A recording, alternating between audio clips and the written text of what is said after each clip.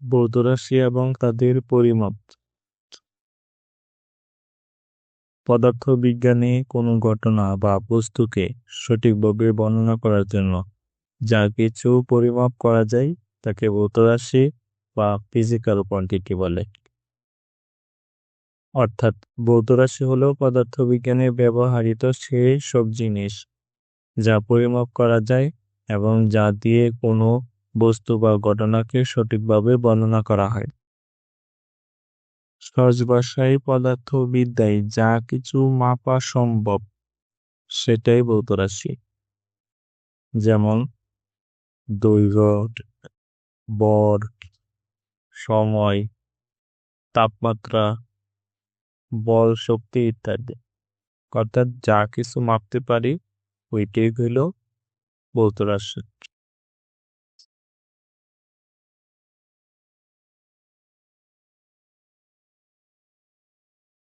চলুন ভৌত রাশি বা ফিজিক্যাল কোয়ান্টিটি জিনিসটা সহজ ভাষায় ভেঙে ভেঙে বুঝি।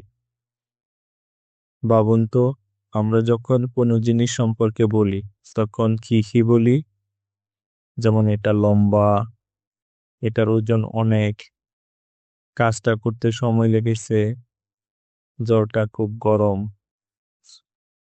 আমরা এই যে জিনিসগুলো বৈশিষ্ট্য বলছি, যেমন লম্বা হওয়া, ওজন বেশি হওয়া, সময় লাগা, গরম হওয়া, এগুলোকে যদি আমরা আরো ভালোভাবে বুঝতে চাই তাহলে কি করি?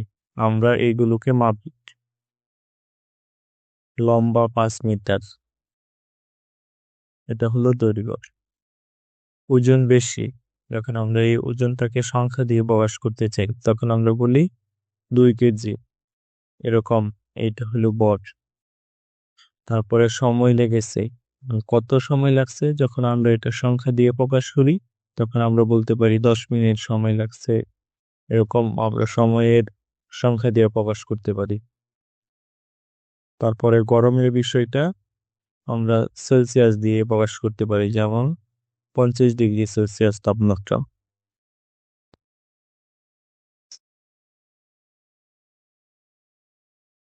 দেখুন, আমরা কিছু জিনিসের বৈশিষ্ট্য সংখ্যা দিয়ে প্রকাশ করছি। এই সংখ্যাগুলো পাওয়ার জন্য আমরা একটা নির্দিষ্ট পদ্ধতিতে এই জিনিসটাকে পরিমাপ করছি। তাহলে সহজ ভাষায় ভৌত রাশি হলো সেসব জিনিস যেগুলো আমরা পদার্থবিদ্যায় কোনো বস্তু বা ঘটনাকে সঠিকভাবে বোঝার জন্য পরিমাপ করতে পারি। অর্থাৎ কোথায় ব্যবহার হয়, যেমন পদার্থবিজ্ঞানে আমরা এটা ব্যবহার করতেছি ভৌত রাশি হিসাবে, তার মানে বলতে পারি পদার্থবিজ্ঞানের দুনিয়া এটা ব্যবহার করছে আমরা। কি কাজে লাগে কোনো বস্তু, যেমন একটা পাথর, একটা গাড়ি, বা কোনো ঘটনা, যেমন একটা বল ছোড়া হয়েছে, আলো জ্বালানো হয়েছে, এগুলোকে সঠিকভাবে বর্ণনা করতে বা বোঝাতে। যেমন এইগুলা সঠিকভাবে বর্ণনা কি করতে পারি, যে এটারে আমরা সংখ্যা দিয়ে যখন প্রকাশ করব তখন এই বিষয়টা আমরা একটা নির্ধারিত মানের মধ্যে পৌঁছাইতে পারি। মূল ব্যাপারটা তাহলে কি?